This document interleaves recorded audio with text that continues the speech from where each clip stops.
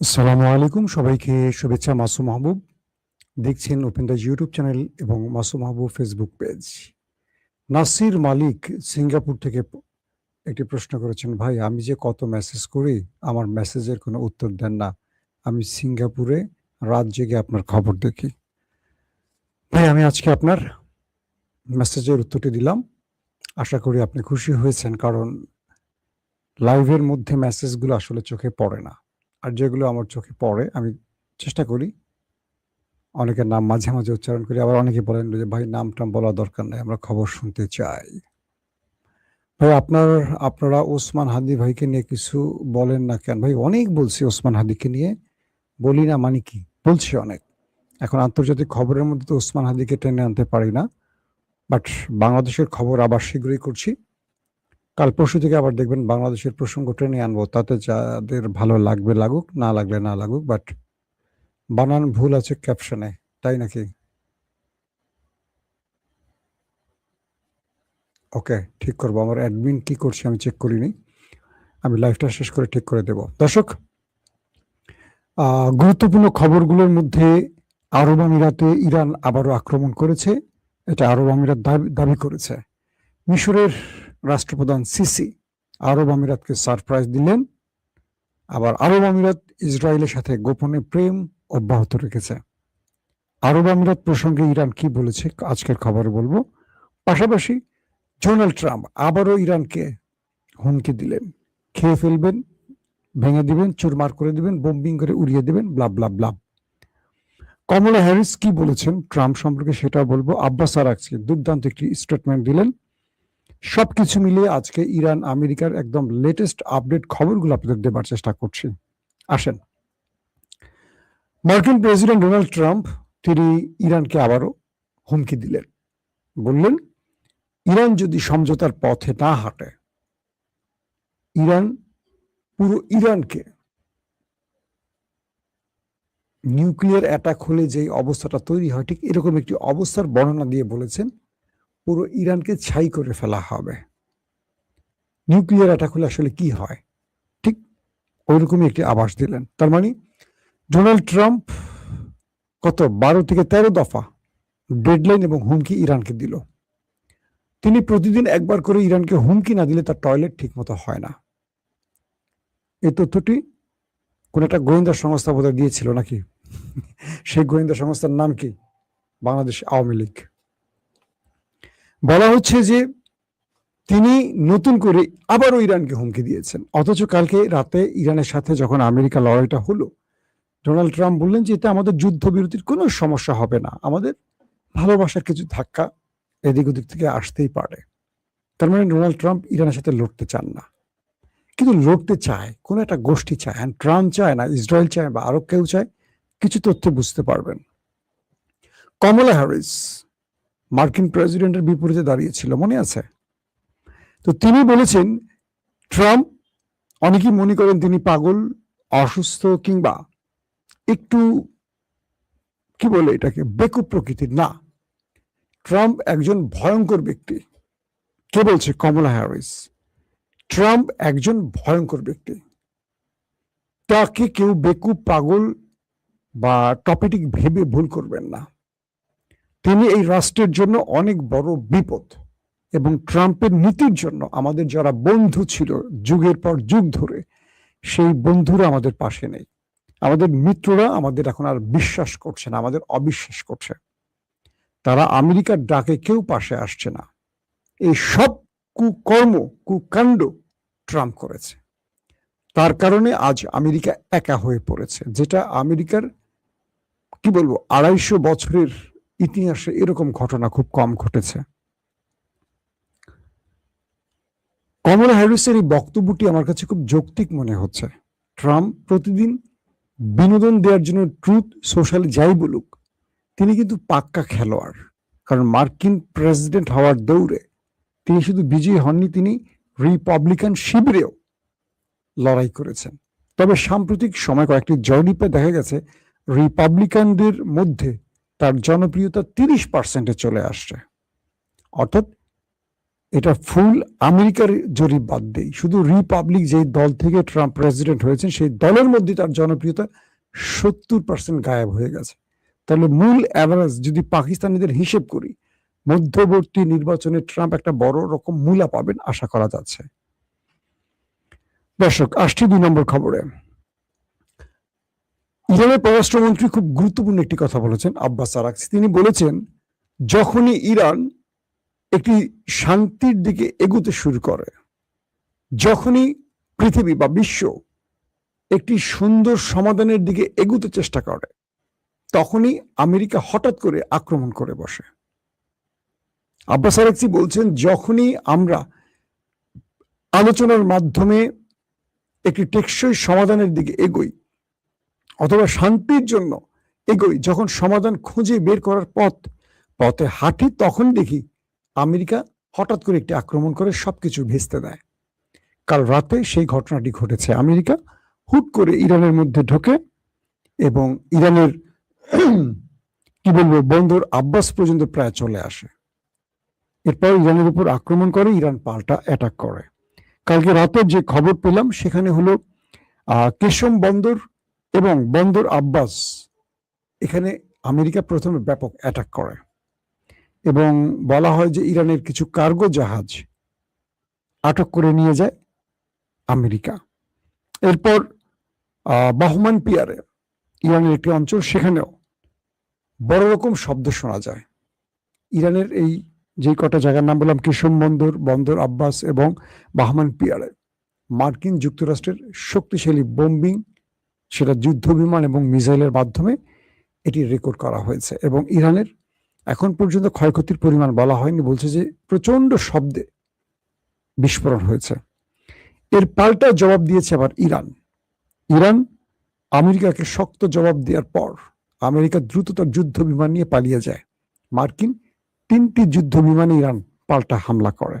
এরপর রাতে এবং সকালে, শুক্রবার সকালে, আজকে তো বাংলাদেশের শুক্রবার, তো 8 তারিখ, আজকে কিন্তু 8 মে, তো সকালবেলা ইরান শুধু আমেরিকা নয়, দুবাই আন্তর্জাতিক বিমানবন্দর সহ দুবাইয়ের মানে আরব আমিরাতের কয়েকটি স্থানে মিসাইল এবং ড্রোনের অ্যাটাক চালায়।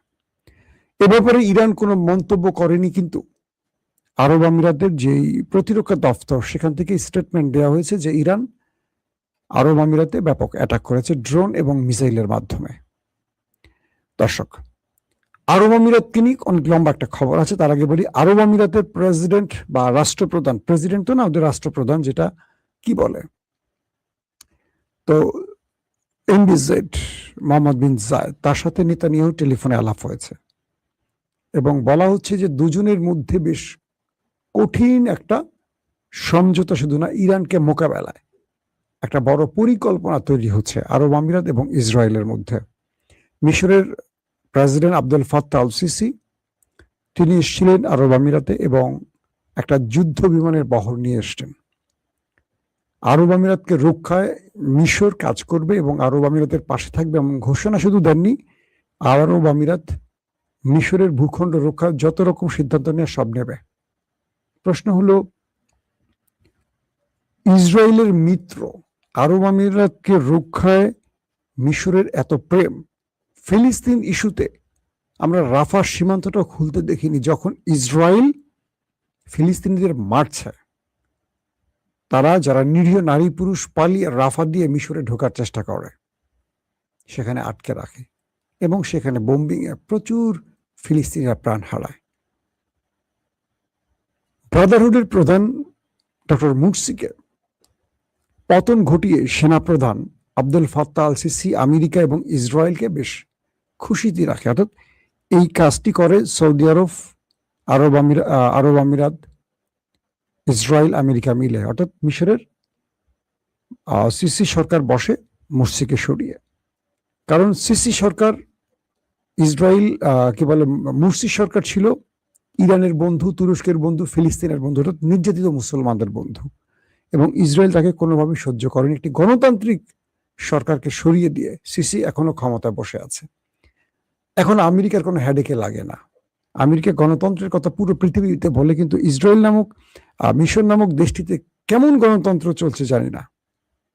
পাকিস্তানের মতো জায়গায় কোনো গণতন্ত্রের নাম নেই, কিন্তু বসে আছে ফিল্ড মার্শাল আসিম মনির রাষ্ট্রপ্রধান হয়ে, কিন্তু নামে মাত্র তিনি সেনাপ্রধানের চেয়ারের নামটি উল্লেখ করছেন, কিন্তু তিনি সমস্ত ক্ষমতার মালিক। আমেরিকা তার ইচ্ছে মতো তার পছন্দের ব্যক্তিদেরকে এভাবে বসান, তখন তাদের গণতন্ত্রের কথাগুলো শুনলে আসলে হাসি পায়। তো আজকে মিশর আসছেন আরব আমিরাতকে রক্ষায়।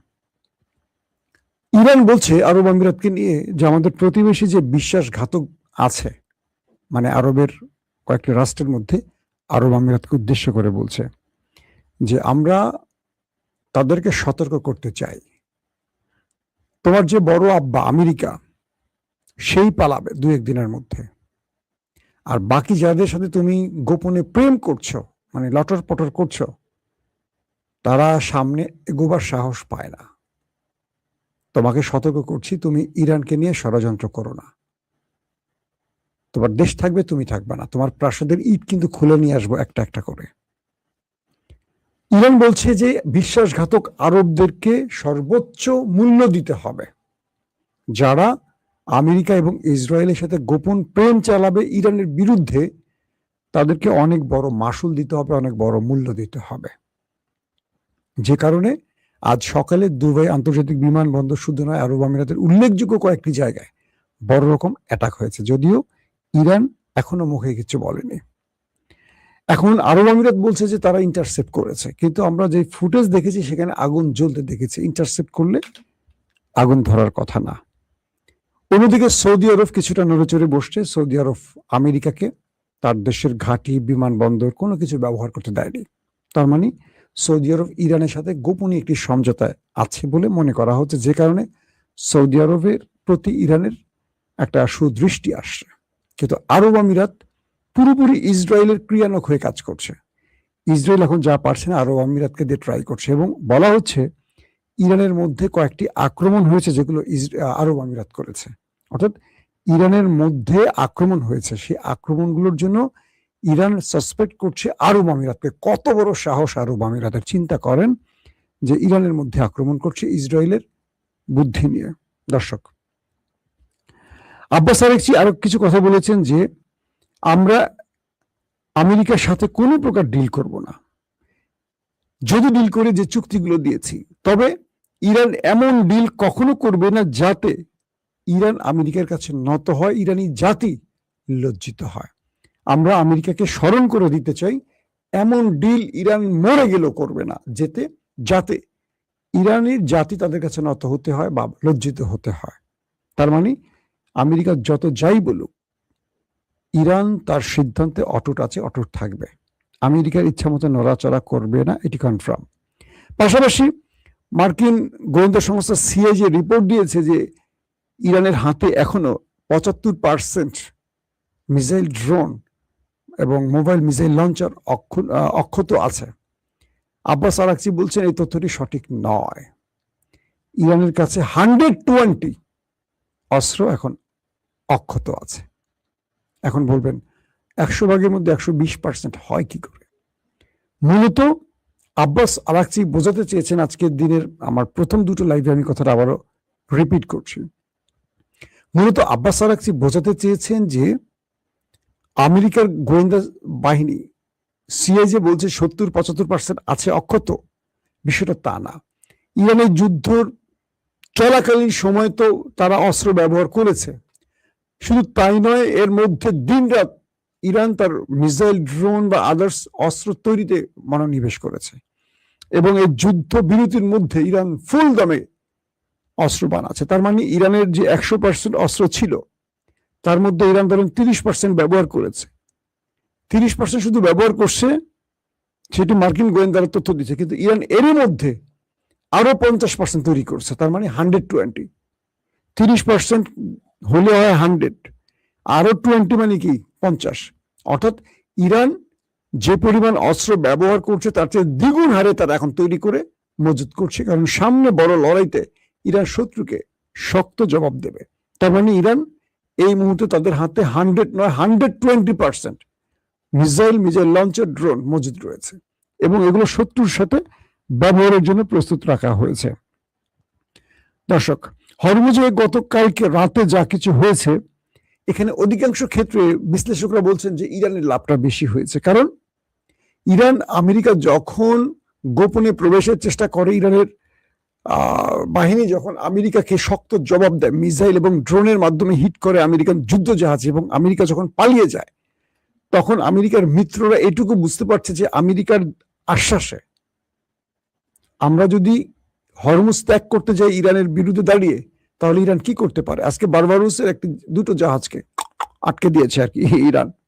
পাশাপাশি ইরানের অনুমতি ছাড়া যারা এই হরমুজের নিকটবর্তী প্রবেশ করছে তাদেরকে হিট করছে ইরান।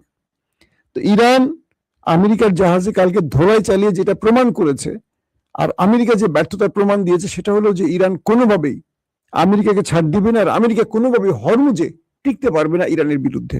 এটা আমেরিকার মিত্ররা বুঝে গেছে। তাই আমেরিকা যতবারই এই ব্লকেড দিয়ে ইরানের হরমুজ খুলতে চেষ্টা করে, ততবারই ইরান তাদের উপর অ্যাটাক চালায়। আর যখনই আমেরিকার উপর অ্যাটাক চালায়, বাকি মিত্ররা উঠে পড়ে পালায়। আরে আল্লাহ, আমার ওস্তাদ মাইর খেয়েছে। ওই যে মাঝে মাঝে শর্টস রিলস দেখি, একজন মাইর খেয়ে গেছে, তার বস্ত্র ডেকে আনছে, বস আমার মারছে, কে তোরে মারছে, চল দেখি। তো বস আসে, বস আসলে বসরই আগে প্যাদানি দেয়। তো বস উঠে পড়ে পালাতে শিষ্যকে কাম তো সারছে, আমার বসে যদি এরকম মাইর খেয়ে, তাহলে আমার অবস্থা কি হবে। তো যখনই ইরান আমেরিকার উপর ধরে চালে, তখন বাকিরা আবার পালায়।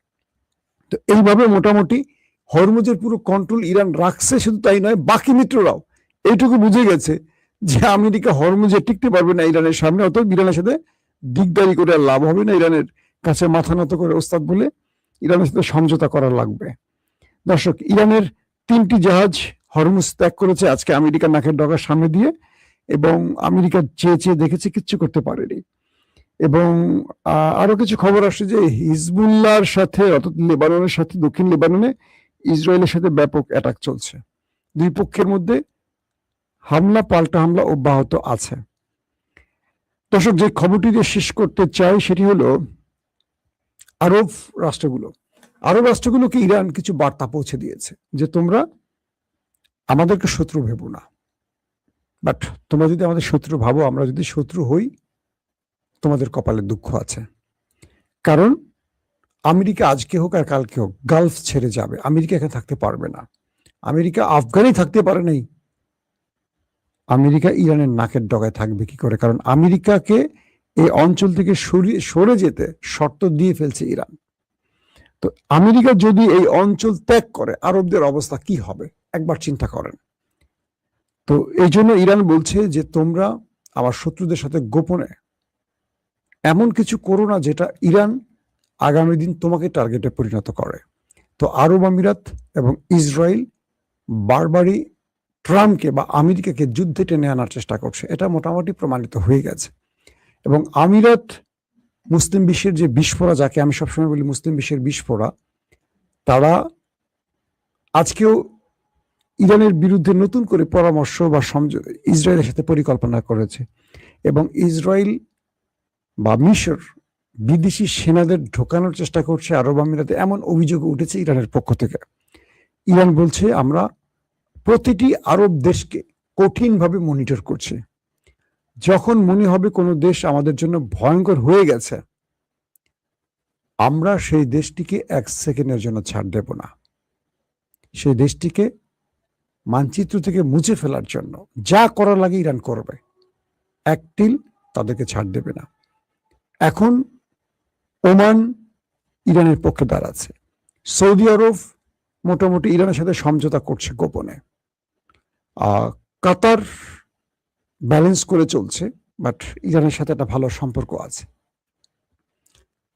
বদমাশি করছে দুটো দেশ বেশি, আরব আমিরাত আর জর্দান। ইরান এই দুটো দেশকে মাথায় রেখেছে আলাদাভাবে। এখন যদি কোনো কারণে ইরানের কাছে তথ্য আসে যে ইসরায়েলের অস্ত্র নিয়ে বা সেনাদের নিয়ে বা বাইরে কোনো সেনাদের নিয়ে আরব আমিরাত ইরানে আক্রমণ করেছে, এবং এটা ইরান প্রমাণ পেলে ধরবেন আগামী 2-1 দিনের মধ্যে আরব আমিরাতে ম্যাসিভ আকারে হিট করবে ইরান। আরব আমিরাত যতই প্রতিরক্ষা আনুক, কাজ হবে না, কারণ আমেরিকা বসে থেকে আরব আমিরাতকে রক্ষা করতে পারেনি আকাশ প্রতিরক্ষা দিয়ে। যত রকম প্রতিরক্ষা ব্যবস্থা আছে কিচ্ছু পারেনি। সবচেয়ে বেশি আরব আমিরাতে হিট করেছে ইরান, সবচেয়ে বেশি। এবার যদি কোনো কারণে মিস অ্যাডভেঞ্চার হয়, আরব আমিরাতের বুর্জ খলিফা মলিফা থাকবে না, খলিফার বাসস্থান থাকবে না, প্রত্যেকটা ইট নড়বড়ে করে ফেলবে ইরান। এই ঘোষণা ইরান দিয়ে ফেলেছে। এখন দেখতে চাই কি হয় আগামী কয়েক ঘন্টার মধ্যে। আর ট্রাম্প যে ইরানকে আবার হুমকি দিয়েছেন, সেই হুমকির বাস্তবায়ন কিভাবে হয় সেটি আমরা দেখার অপেক্ষা আছে। প্রত্যেকে ভালো থাকবেন। আল্লাহ হাফেজ।